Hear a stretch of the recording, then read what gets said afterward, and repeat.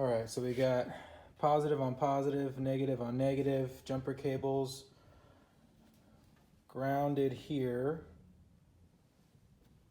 positive terminal here. We got the trigger switch connected to the signal wire and positive power.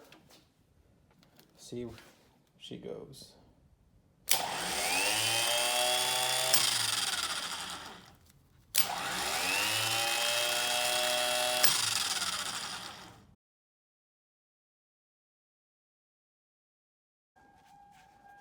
All right, so we've got 12.75 volts at the battery right now. We've got positive battery terminal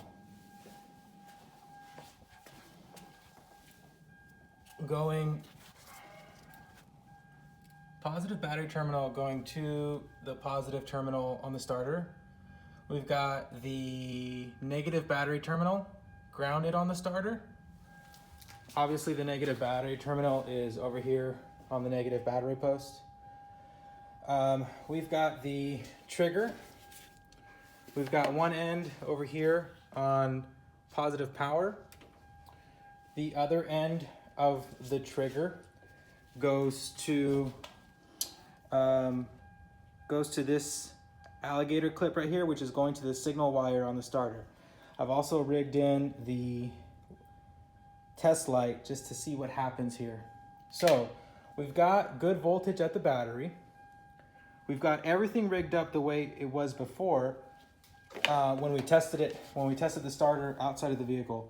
So we're gonna keep an eye on the test light, and we're gonna try to start it.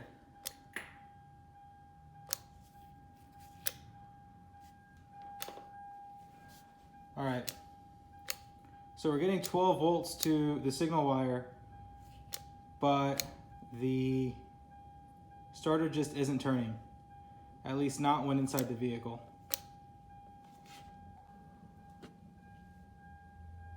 So the starter itself is getting 12.5 volts.